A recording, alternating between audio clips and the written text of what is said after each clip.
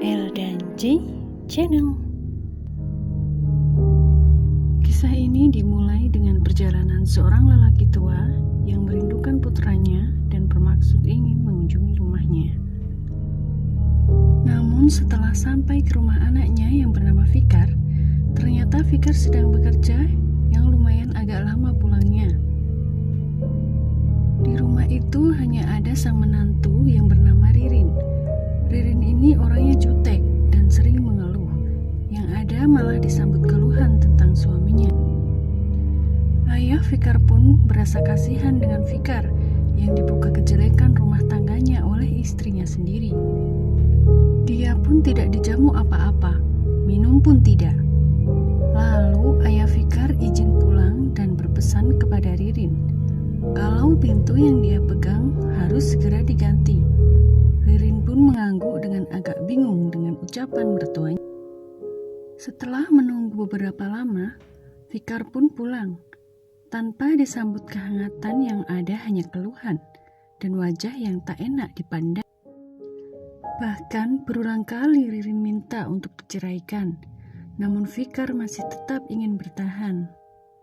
Lalu Ririn teringat akan pesan sang ayah yang menyuruh suaminya mengganti pintu rumahnya.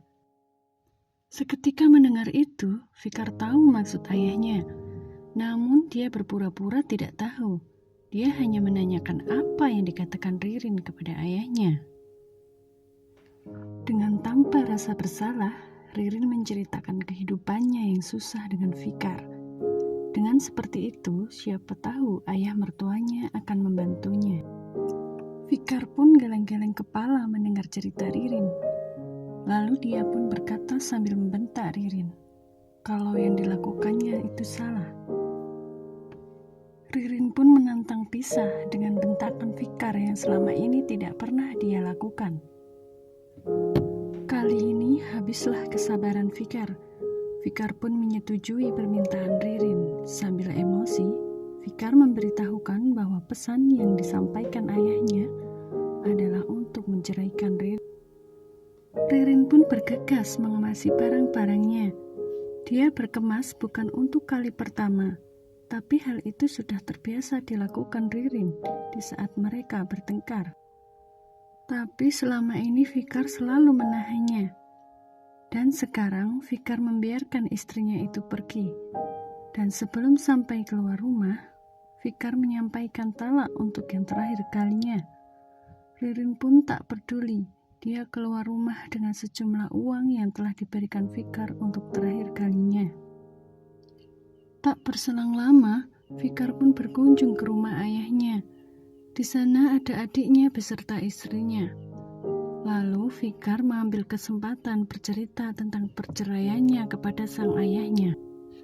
Sang ayah pun menghiburnya dan akan mencarikan wanita yang baik untuk Fikar. Fikar pun hanya mengangguk melegakan niat baik ayahnya. Hingga tiba waktunya, sang ayah mengenalkan wanita anak sahabat dekatnya kepada Fikar. Dirasa cocok, Fikar pun menikah dengan gadis pilihan ayahnya yang bernama Rahma. Di kemudian hari, ayah Fikar pun berkunjung ke rumah Fikar. Lagi-lagi hanya ada Rahma di rumah tersebut. Dengan penuh kelembutan, Rahma menyambut mertuanya dengan sopan dan senyuman. Dia pun mempersilahkan duduk.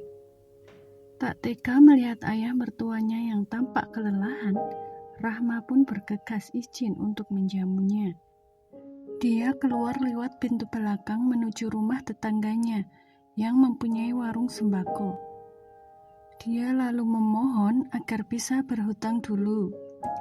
Dirasa Rahma tidak pernah berhutang, sang pemilik warung memperbolehkan. Lalu Rahma pun mengambil secukupnya dan bergegas untuk pulang. Tiba di rumah, dia langsung menjamu ayahnya dengan minuman dan makanan. Dan tidak lupa memberikan sedikit oleh-oleh untuk dibawa pulang. Dengan hati gembira, ayah Fikar berpesan kepada menantunya.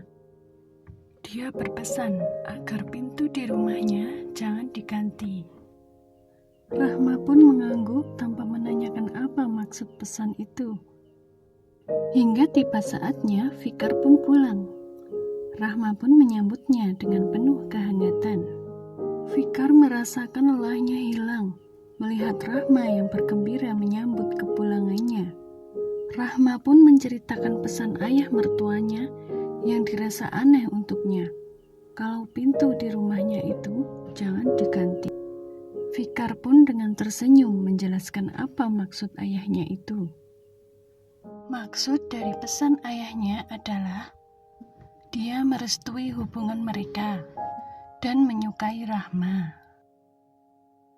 Rahma pun bersyukur mendengar penjelasan dari Fikar kalau ayah mertuanya menyukainya. Dan tak lama kemudian, mereka dikaruniai seorang anak yang melengkapi kebahagiaannya. Dengan saling menerima dan memahami, mereka hampir tidak pernah bertengkar. Dan cerita pun selesai.